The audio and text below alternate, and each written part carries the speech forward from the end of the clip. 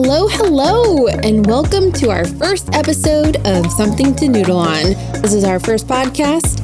I'm your host, Mac and Cheese, please, but you can call me Mac. Today, I think it's only fitting that we talk about embarrassment. I think it's fitting for a first podcast episode because putting yourself out there can be super embarrassing. And so here we are, putting out all of our thoughts and feelings, and I'm embarrassed. So we're going to talk about it. Let's get into it, how it can be a good thing, even though in the moment it feels really bad and you hate it.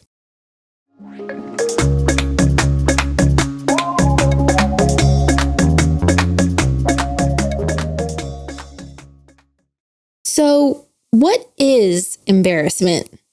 Well, I guess the definition says a sense of internal discomfort that can develop from both negative and positive situations, and which typically occurs following an accidental failure to meet accepted social standards, an uncomfortable and often intense public emotion that may be characterized by feelings of exposure, awkwardness, or regret. I guess is the actual definition of embarrassment. And we hate it. We don't like that. So basically, it's just the uneasy feeling you get when you do something that you think someone else would view negatively or maybe even disapprove of. So what does that really even mean? Embarrassment is typically a negative experience. Well, we don't like to feel embarrassed, regardless of what the source of embarrassment is, because it almost always means that we're acting in a way that people think we shouldn't be, whether intentionally or unintentionally. Embarrassment really does feel like an umbrella term sometimes, just because of how many psychological and physiological reactions we have when we experience it, along with discomfort, definitely awkwardness, and potential guilt, and maybe even regret. We can also experience red hot blushing, profuse sweating. That's me. I'm in that boat. Hello. Or maybe the inability to maintain eye contact. Not wanting to look at the people who just witnessed you do something totally and utterly embarrassing. Why do we feel that way? Like when your crush sees you do something totally embarrassing and you immediately turn flush. I am definitely prone to doing that. My face gets so red, and that in itself is embarrassing. Why does this happen to us? Well, what it really comes down to is we as people don't like to be judged. It's hard not to feel as though you're being judged when you make a mistake or commit a social faux pas with someone there to witness it. Perhaps without the accompanying feeling of being judged, we just be less inclined to feel embarrassed about our perceived failures. Think of an academic environment, for example, where sometimes making mistakes is viewed as a positive part of the learning experience. But when you're younger, maybe in middle school or high school, and you're wrong, your peers make fun of you, or your teacher is disappointed in you for not knowing the answer on the material that you've been studying for weeks. Am I speaking from experience? I don't know. Does it sound like I'm projecting? Maybe I'm projecting. Anyways, school can be embarrassing, but for other reasons too.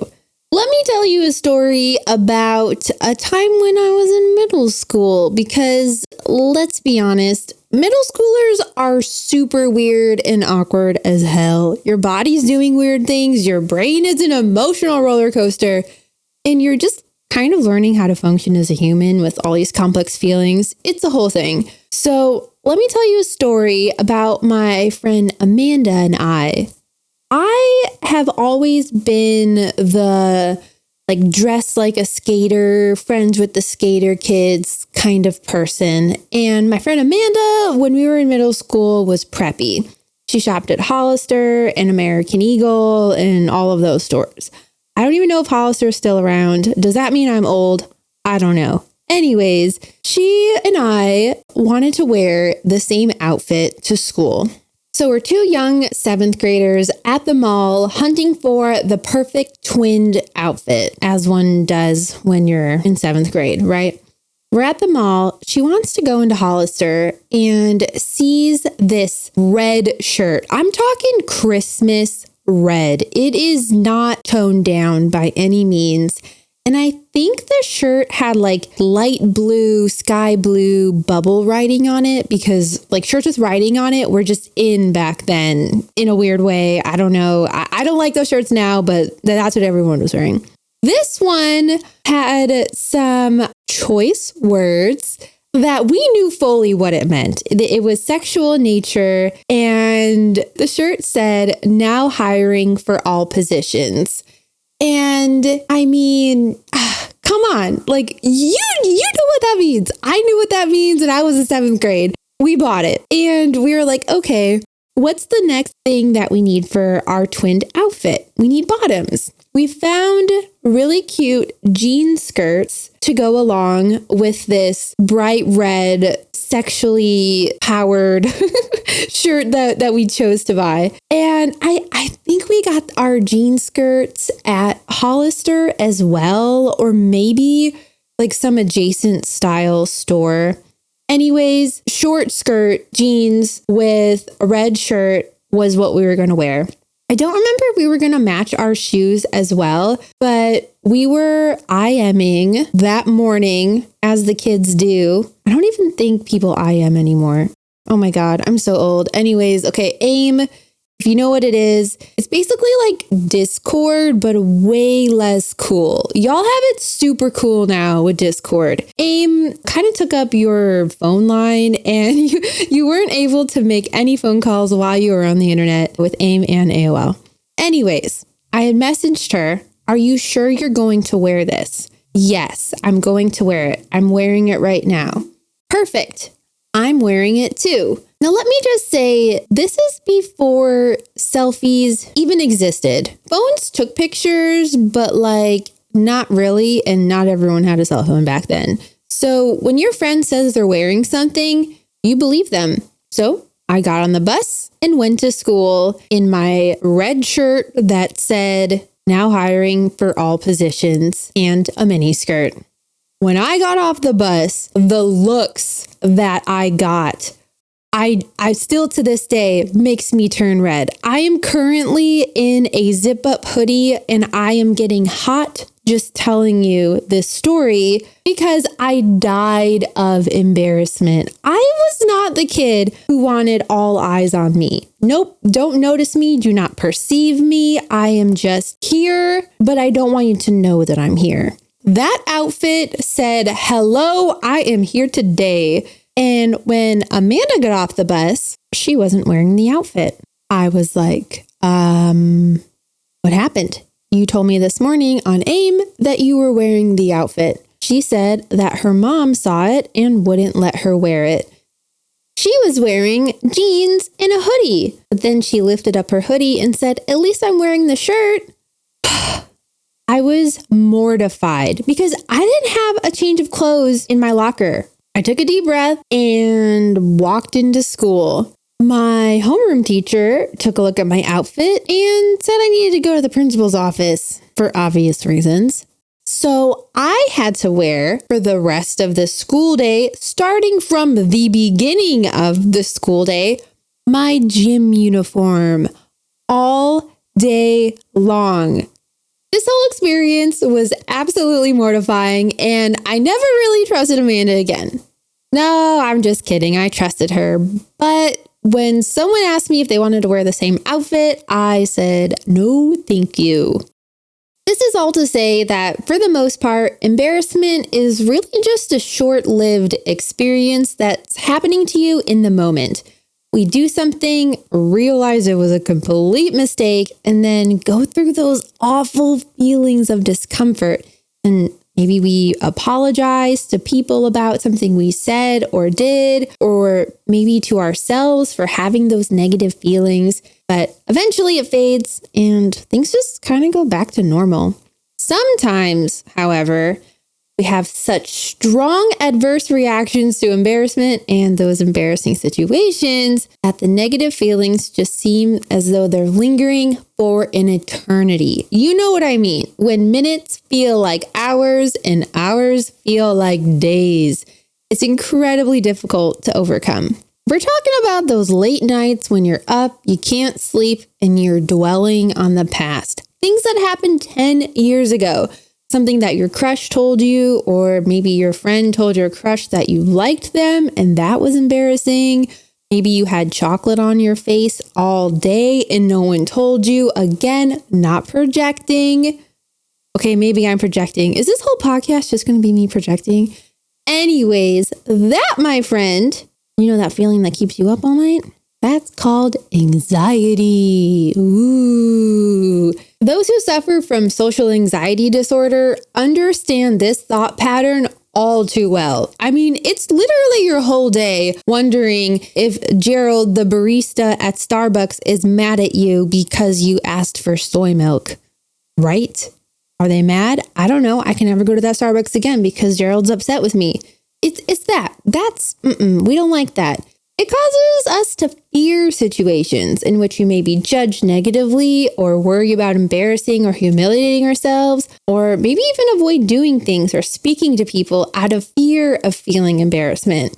We may suffer from anxiety in anticipation of an event that could potentially cause embarrassment. It hasn't even happened and you're already embarrassed. Or we often expect the worst possible consequence from a negative or embarrassing experience during a social situation, maybe a party or something. You don't want to do something that is going to make you look or feel different. This can cause us to play a social situation in our head over and over again to make sure we don't humiliate ourselves in conversations. You know, when you practice conversations before you go hang out with people, you totally do that too, right?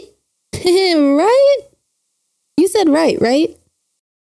Anyways, it's easy to say that we shouldn't let embarrassment appear or embarrassment control our lives. But for some people, it's much, much more difficult to actually conduct our lives according to this mentality. But why do these moments make us feel this way? Why do I care if chocolate's on my face all day long? Why do I care that I had to wear my gym uniform? What is it about these situations that make me care? Well, we feel embarrassment when others are there to witness our errors, our shortcomings, maybe even failures that fail to meet societal expectations.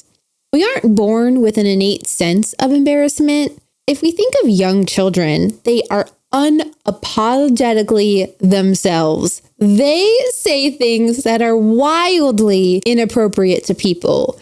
Like, you look ugly today. Why don't you have any friends? I'm not projecting. These are just things that kids say. We've all had a kid say one of these things to us, I'm sure. Right? Am I just realizing that I'm really weird? Okay, anyways. Oh, goodness. Kids are weird themselves, too. For example, they could be in a restaurant and pulling off their clothing or repeating words or information they've heard adults say that they don't necessarily understand. And probably shouldn't be repeated in company, but, they're kids. They do it anyways. A big reason why this is so is because human beings are born with an egocentric point of view. We are the center of our own little world. You're just living in it. You know what I'm saying? Think like main character syndrome, where everyone thinks that they're the main character of their own story. It's only when we're able to view ourselves from the outside looking in do we realize that we have a separate self, that our thoughts are different from other people's thoughts, and that others may actually judge us or see us in negative ways, that we begin to feel that embarrassment and it festers. So in this sense, embarrassment is a learned emotion because it requires someone telling us that our behaviors are somehow incorrect, improper, inappropriate, not polite, or otherwise negative. Like when you're telling your kid, hey, you shouldn't say that, or hey, don't pull your clothes off in public, or whatever it is, someone is telling you that those actions are not deemed appropriate, and so by doing them, you should feel embarrassed. So say thanks to your mom and dad and teachers for your embarrassment levels. Just kidding, but not really. Let's take this one step further, shall we?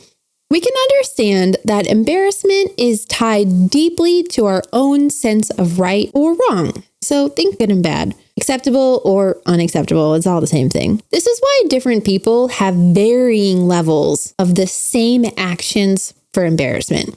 For example, if you grow up in a culture where belching or burping after a meal is seen as a compliment, you're unlikely to follow a large belch with a "excuse me" or "I'm sorry" or get embarrassed that you even burped in the first place. Whereas if your parents always told you that growing up and burping at the table is rude, if you accidentally let one slip with friends or maybe work people, I don't know, you might feel embarrassed and be like, "Oops, sorry." And now you just let go of this bodily function that, honestly, everyone burps. So it's not weird. But hey, some people are raised to think that it is. So it's all varying degrees of embarrassment. There's also this thing called secondhand embarrassment, where you feel embarrassed for other people or on someone else's behalf.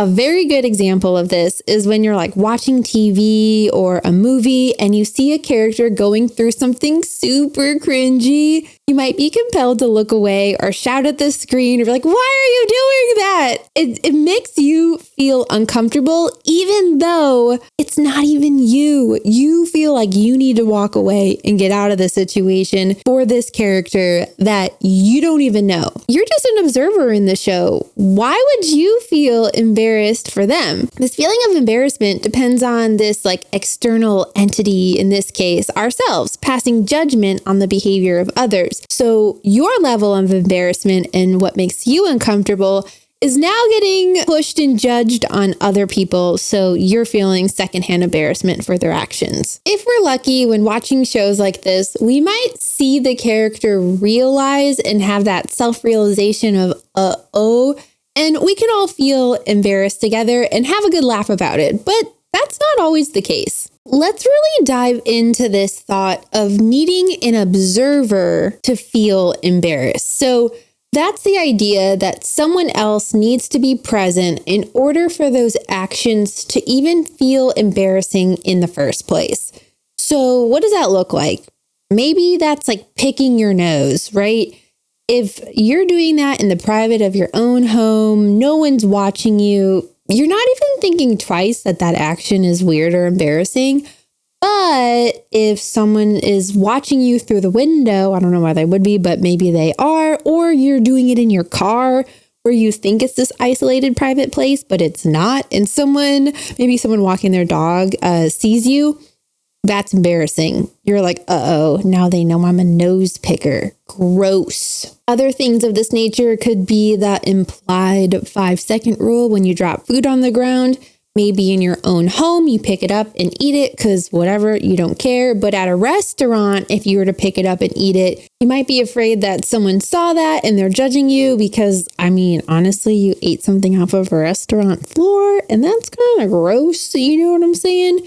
But all of these feelings happen when you introduce that third party, that someone who is seeing you do it makes you feel uncomfortable or guilty for your actions. It doesn't even have to be something that you do that makes you feel embarrassed that someone else saw. It could even be something as simple as something that happens to you that makes you feel embarrassed. Maybe you're walking outside in a flowy skirt and the wind picks up, your skirt blows up, and then someone sees your underwear.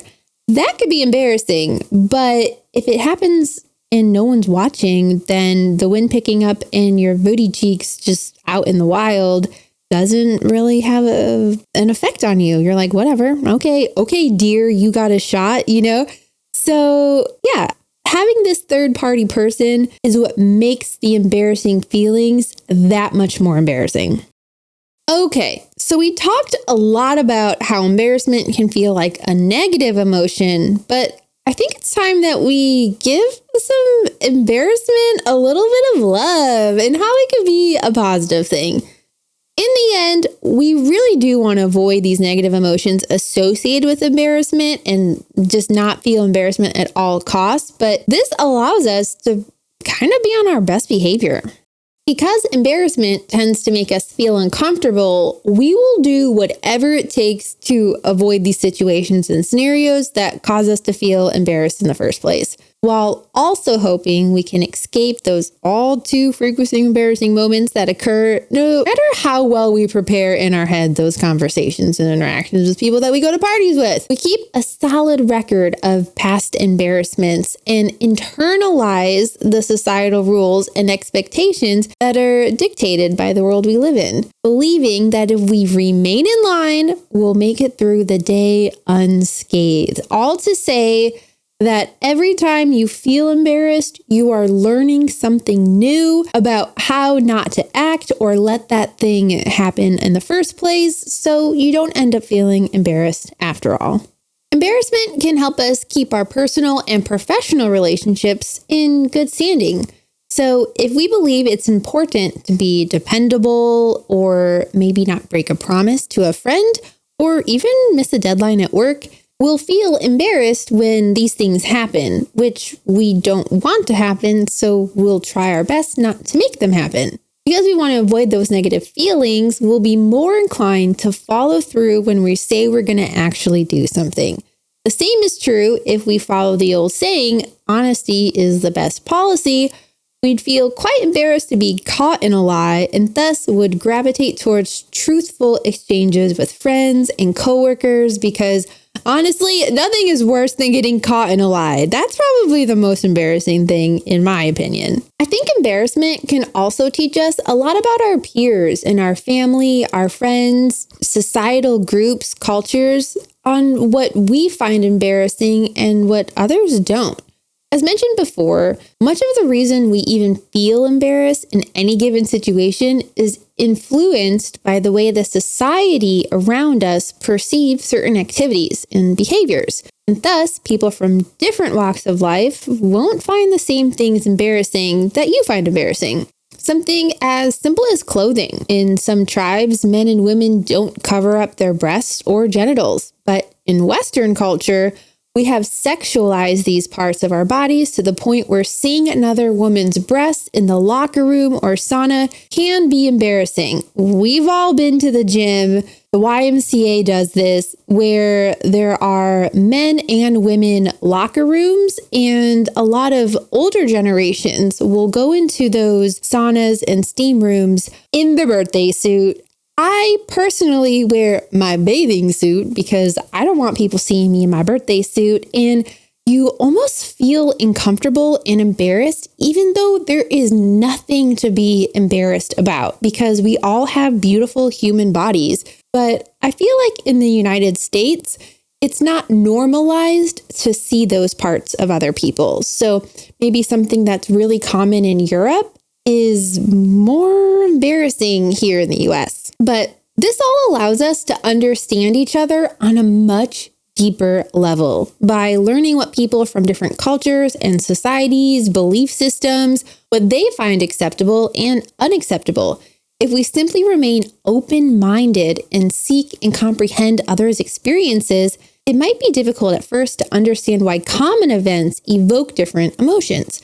But putting in the effort to do so will only benefit the global society, creating empathetic and compassionate individuals with cultural sensitivity and a broader sense of how we can all coexist harmoniously. While our first priority tends to reduce our own feelings of embarrassment and preserve the sense of self, having a mutual understanding can help prevent others from feeling embarrassed for or by our own actions as well. There is one side of this embarrassment coin we haven't talked about yet. And you're probably like, Mac, we talked about the good, we talked about the bad. There's only two sides to a coin. What are you talking about? And I will say the edge is also a side of a coin. I am digressing. Anyways, my philosophy on embarrassment has always been fuck 'em.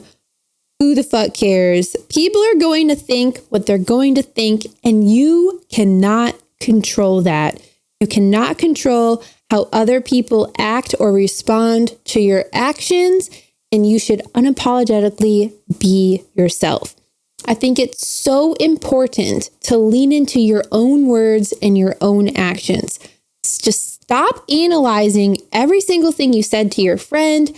If you meant it in the moment that you said it, then you meant it. Don't worry about it several hours, weeks, or years later, easier said than done, I know. I love the thought that kids are unapologetically themselves. They will tell you exactly what's on their minds. They don't seem to really ever feel embarrassed because an adult hasn't come along yet and ruined life for them. Live your life as a kid and don't worry about what other people think of you. Just let your freak flag fly. That's my opinion. I know we've been going on the good, the bad, the whole thing, but honestly, just who cares? You do you. If they're judging you, if they're mad at you, if whatever, you're doing something right. And I love you guys.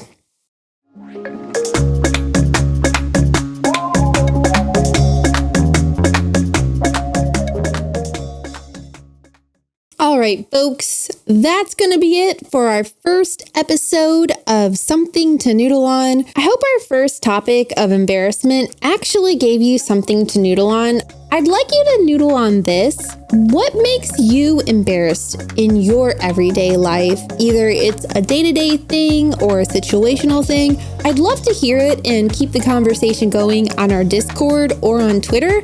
So you can follow me on Twitter at apodtonoodleon. You can also follow my personal Twitter, mac and cheese please, P1Z, not PLZ. We'll be putting out weekly podcasts every Tuesday. You can find something to noodle on wherever you get your regular podcasts, wherever podcasts are sold. They're not sold. Anyways, okay, I gotta go. Love you guys, and I'll see you next time. Bye!